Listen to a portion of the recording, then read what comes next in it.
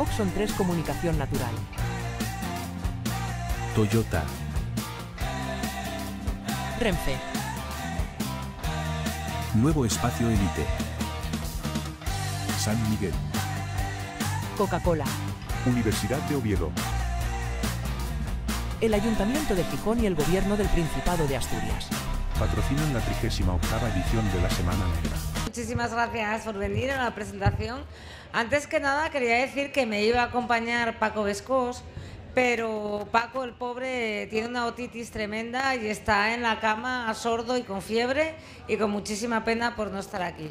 En su lugar está Iván Alonso, viene a acompañarme, que está muy feliz de estar aquí, aunque muy triste por Paco, y además acaba de comer una patata rellena, lo que le ha hecho más feliz aún. Como a todos nos hacen felices las cosas buenas. Y dicho esto... Pero yo soy Paco Bescós. No, es broma, soy Iván. ¿Qué tal? Muy buenas tardes, gracias por venir. Vamos a presentar el Club de la Niebla, la nueva novela de Leticia Sánchez Ruiz. Para los que no la conozcáis, pues ella nació en Oviedo en 1980, periodista, escritora, ahora librera en Matadero 1, en Oviedo también. Y bueno, yo ya he perdido el número de qué novela es esta en tu carrera. Es el noveno libro. Noveno libro. Octava novela. Noveno libro, octava novela. Eso, noveno libro, octava novela, juntando incluso series que ha hecho con Jorge Salvador Galindo, libro de ensayo, etcétera. Bueno, ¿de qué va el Club de la Niebla? Pues el libro empieza con un paraguas y un cadáver al fondo de un barranco. Y la historia principal es la desaparición de un escritor que se llama Gabriel Vargas Monseni. Es muy apropiado que sea un escritor porque estamos en la Semana Negra y porque nos gusta y nos interesa la literatura. Y todas las novelas de Leticia Sánchez Ruiz siempre tienen a la literatura como protagonista y aquí además de manera destacada. Podemos hablar que esta novela, que empieza así, con un cadáver y con un paraguas, es una intriga literaria, como creo que se ha puesto en la solapa. Sí, en realidad la novela trata sobre, como tú decías, Gabriel Vargas Monseni es un famoso escritor que va a Oviedo a unos encuentros literarios y en su estancia en Oviedo se pasa la tarde en una tertulia literaria bastante especial, que es la tertulia literaria de la Patagonia, y cuando sale de estar con ellos, desaparece.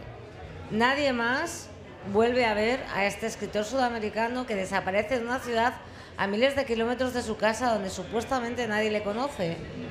Y que bueno, que un escritor desaparezca, no sé, en Nueva York o en Ciudad de México parece hasta lo normal, pero que desaparezca en Oviedo es bastante raro. Entonces, 20 años después, un miembro de esa tertulia literaria de la Patagonia, los últimos en verle, muere en extrañas circunstancias. Era lo que él hablaba de ese barranco y ese paraguas, ¿no?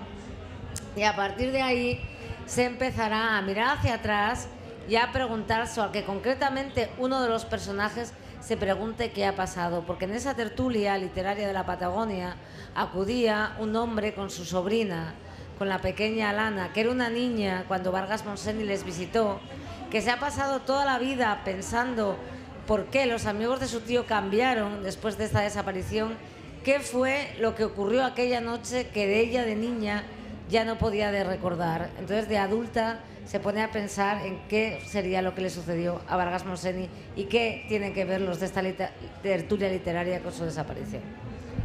De momento tenemos una desaparición, la de Gabriel Vargas Monseni. Sí. Una tertulia literaria en la que alguien en el tiempo presente, digamos, ha muerto. Y una niña que iba a esa tertulia. Y esa niña se llama Alana Calume. Sí. Calume. Y tiene un negocio llamado Gabinete de Maravillas, ¿verdad? Háblanos un poco de Alana, por favor. Gabinete de Maravillas Calume. Bueno, probablemente su negocio es lo más reseñable de ella. Ella es una especie de anticuaria. Lo que pasa es que eso sería decirlo con mucho fuste. Ella es una cacharrera, le gusta definirse, ¿no? Tiene lo que ella llama un gabinete de maravillas, que es un negocio en su propia casa en el que vende objetos antiguos, pero también curiosos, los cuales pasan desde brújulas a enemas de tabaco, pósters de barcos viejos, jarras de cerveza en forma de sirena.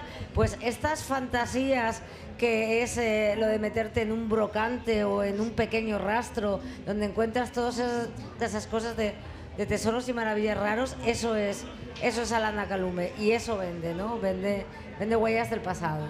Y Alana Kalume quedó trallada porque ella era niña y en una noche vio cómo se perdía un mechero, sí, de manera misteriosa, y cómo al día siguiente, en la niebla, desaparecía un escritor, pero no un escritor cualquiera, alguien muy importante, porque a pesar de que es ficticio, por supuesto, Gabriel Vargas Montseny en la novela es un escritor muy, muy importante.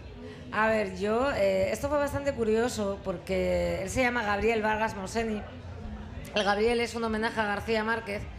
El Montseny es porque yo acababa de ver una entrevista a Federica Montseny, pero el Vargas es por Vargas Llosa.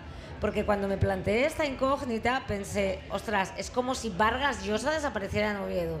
¿Os imagináis a Vargas Llosa que va a dar una conferencia en Oviedo y desaparece?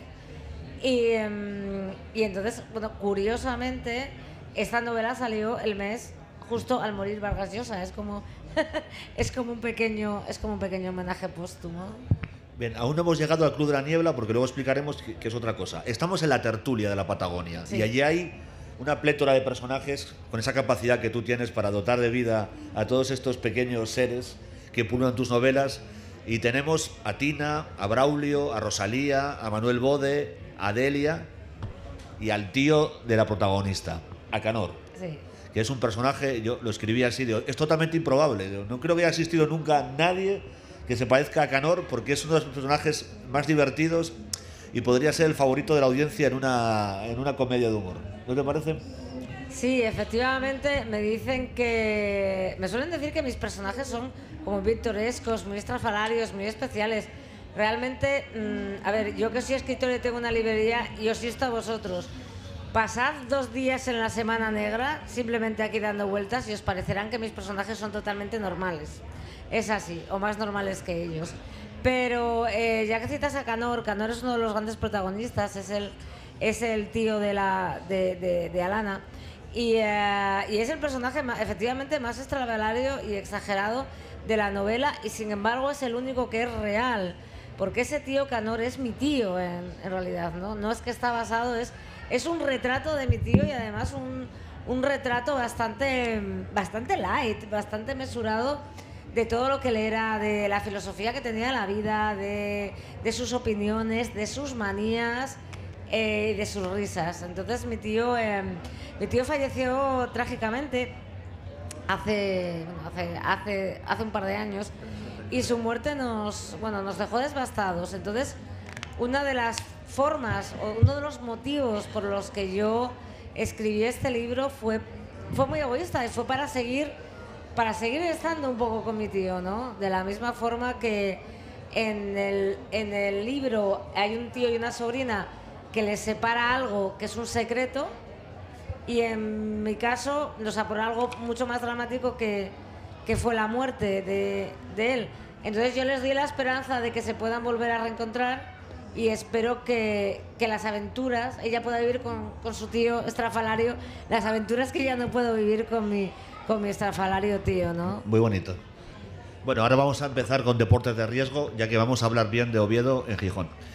Entonces tenemos... No sé si es lo más apropiado. Bueno, hay que jugarse un poco el tipo de vez en cuando y ganarse el pan. También sale Lastres y Colunga, ¿eh? Bueno, lo digo sí. por si acaso. Digo por si, para que compre alguno la novela.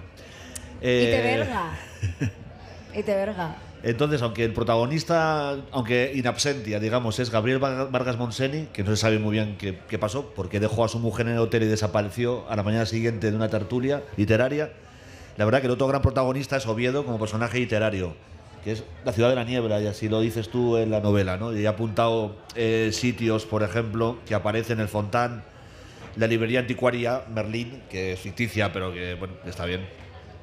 El Teatro Campo Amor, Valentín Masip, el Oviedo antiguo. Hay un montón de diálogos de los personajes que transcurren en estos sitios, que se acompañan de descripciones, y yo creo que es la novela en la primera vez que citas a Oviedo como ciudad real, y que la conviertes en una ciudad pues puramente literaria, un escenario donde ocurre esta historia.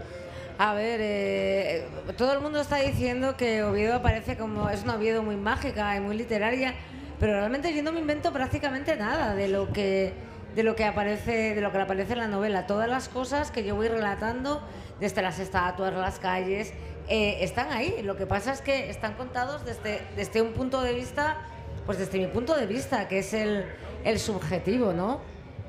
Y a mí a ver, escribir sobre mi ciudad ha sido una cosa muy reveladora y además muy misteriosa.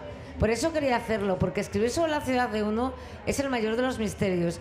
Y ir encontrándote cosas y ver las cosas como si las vieras por primera vez. Escribir desde tu ciudad, escribir desde tu casa, desde el asombro, ¿no? Eso es como si coges, por ejemplo, a tu padre, a tu madre, a tu hijo o a tu pareja y de repente los despojas y tratas de olvidarte de la relación que te une, tratas de olvidarte de que es tu madre para verla como personaje, como persona.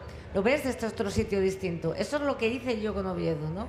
Mirarlo desde el asombro de lo que nunca se haya visto. Y es una ciudad llena de misterios. Yo ya lo digo que por ejemplo, el hecho de que en Oviedo las pastas típicas de allí sean los moscovitas, deliciosas, que lleven 80 años haciéndose en Oviedo y que nadie sepa por qué se llaman moscovitas, habitantes de Moscú. Puede ser que por hayan Moscú, tantas por leyendas. Moscú puede ser igual.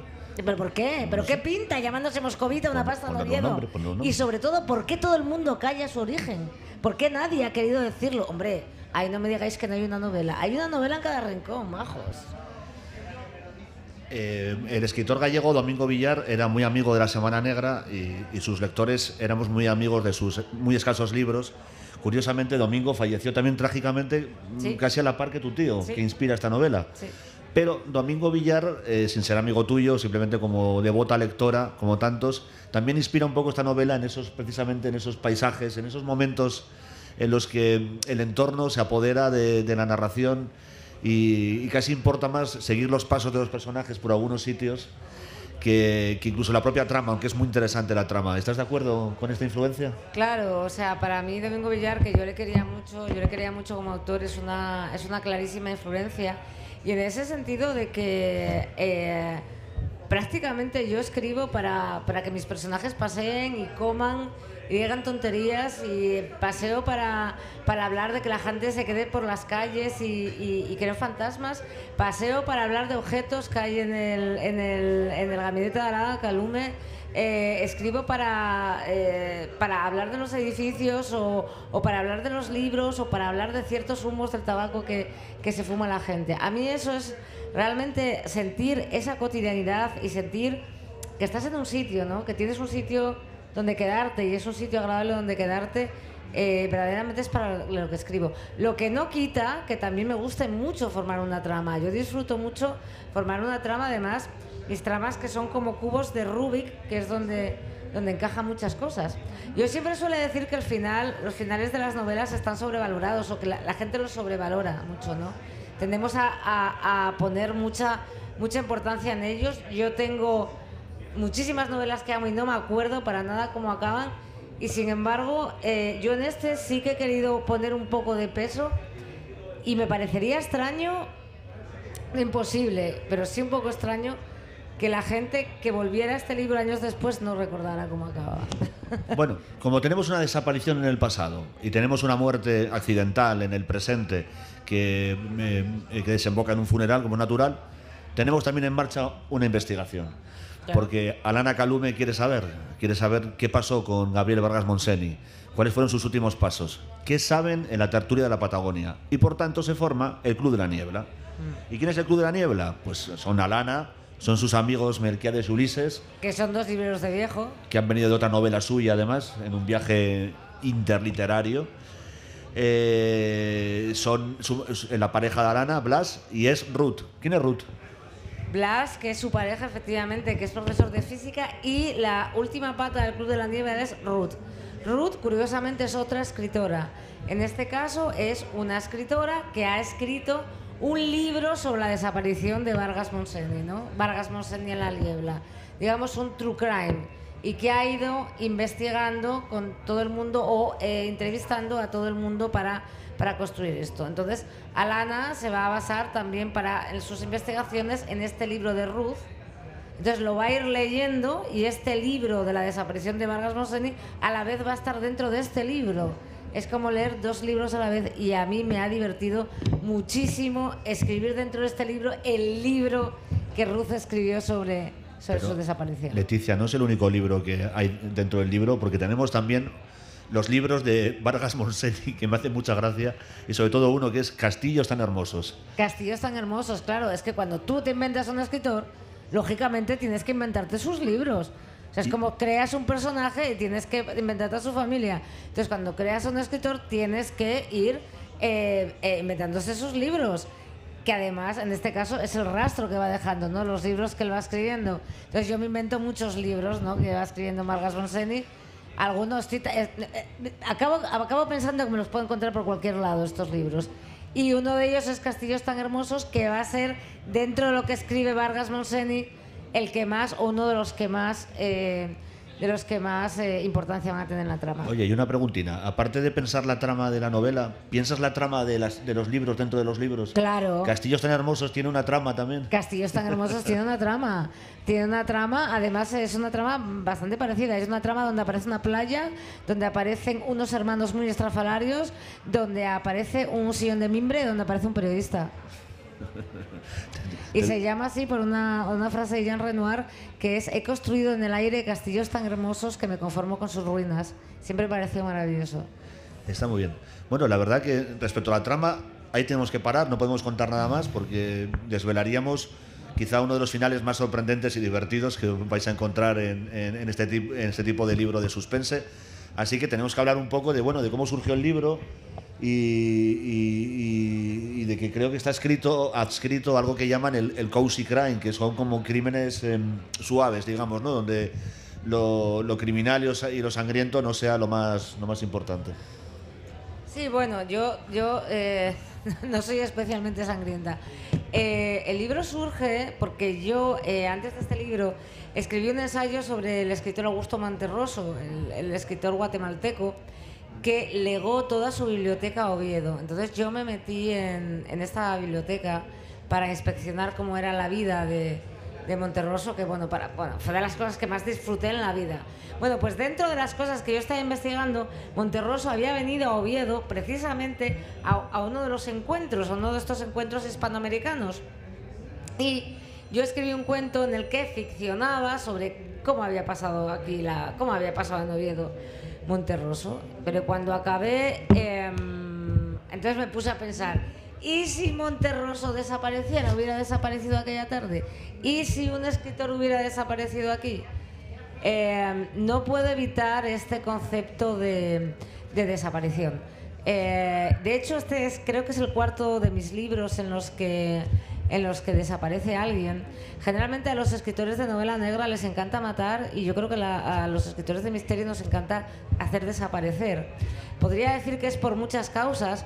Generalmente cuando alguien desaparece, pues puede ser que esté muerto, puede ser que haya tenido un accidente, puede ser que le hayan matado, puede ser que le hayan secuestrado, puede ser que se haya querido. Me parece más abierto, pero en realidad es que el concepto de desaparición es una de las grandes obsesiones, y me viene desde la infancia, como casi todo.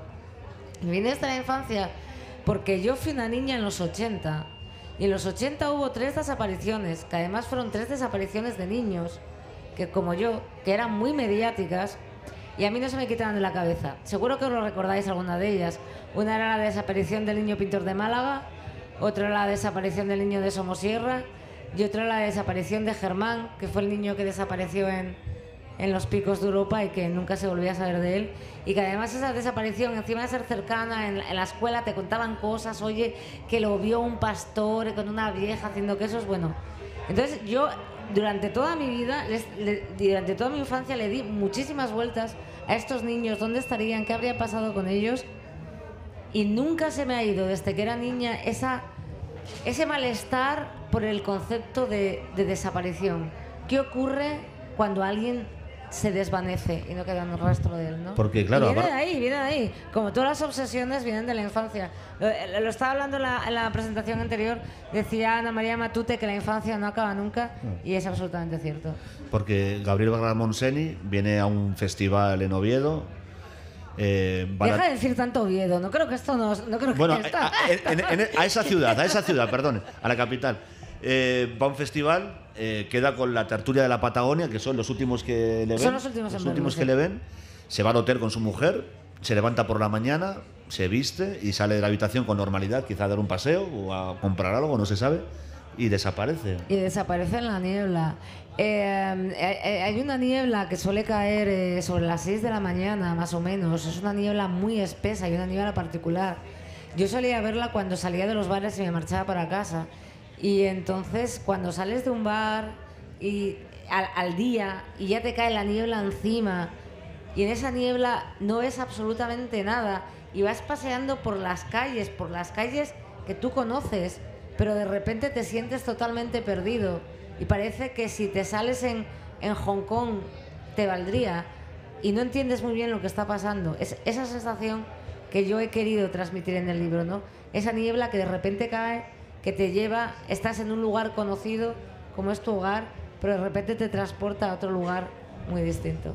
¿El Club de la Niebla te parece un buen equipo de investigadores? ¿Crees que van a conseguir algo o son una panda de frikis que quieren divertirse con misterios y juegos? Son una panda de frikis que quieren divertirse, salvo uno, uno que es el más normal, que es Blas, que a veces siendo normal eres el más raro. En realidad son una panda de frikis. Lo que pasa es que cuando Blas lo dice, ¿no? Que esto es como la ley del movimiento de Newton, que cuando empujas algo, si no sabes con la fuerza con la que te empujas, no sabes con la fuerza lo que te devuelve.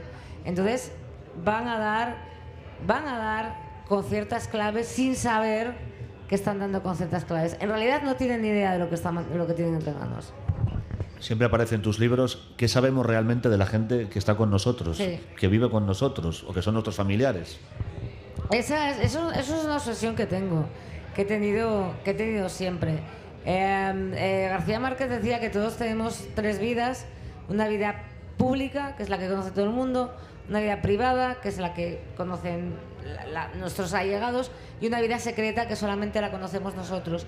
Y siempre se escribe sobre la vida secreta, o siempre se quiere escribir sobre ella. Yo creo que todos tenemos a nuestro alrededor gente que quiere ocultar cosas, o que en esa vida secreta tiene pequeños secretos que igual simplemente son vergonzantes, tienen otros grandes secretos, que esos ya serían más incómodos y ya más difíciles de explicar, pero también hay gente que tiene secretos horrorosos que pueden cambiar tu vida, ¿no? Y hay una pregunta que no aparece en mis libros, pero que yo siempre me hago y la dejo caer, que es: ¿querrías saberlo? Si tuvieras la oportunidad de abrir la caja de Pandora de tus seres queridos, de tu padre, de tus abuelos, de tus hermanos, de tus hijos, ¿la abrirías o la dejarías como está? Yo no lo sé, yo no sé qué contestar a esa pregunta, y por eso sigo escribiendo sobre eso. Tal vez algún día lo sepa. Muy bien, pues los que lleguen al final de esta novela, ¿crees que se van a sentir que habrán hecho un viaje positivo, que van a encontrar algo en ese lugar donde empieza la novela, donde se abre un paraguas, donde alguien cae, y que el viaje de esta novela crees que merece la pena? El viaje de esta novela realmente es una aventura. Parece que no, porque no nos movemos de una ciudad y realmente parece que estamos andando en círculos, pero lo más parecido a esto es una aventura de interior, pero realmente los personajes recorren todo tipo de cosas. Hasta se enfrentan a momias. Hasta ahí puedo leer. Muy bien, pues nada, El Club de la Niebla, de Tito Sánchez Ruiz, publicado por Grijalbo, está aquí a la venta, y ha sido un verdadero placer presentarte, aunque no sea Paco Vescoso. Muchísimas gracias. Oxon 3 Comunicación Natural. Toyota. Renfe. Nuevo Espacio Elite. San Miguel. Coca-Cola. Universidad de Oviedo. El Ayuntamiento de Gijón y el Gobierno del Principado de Asturias. Patrocinan la 38ª edición de la Semana Negra.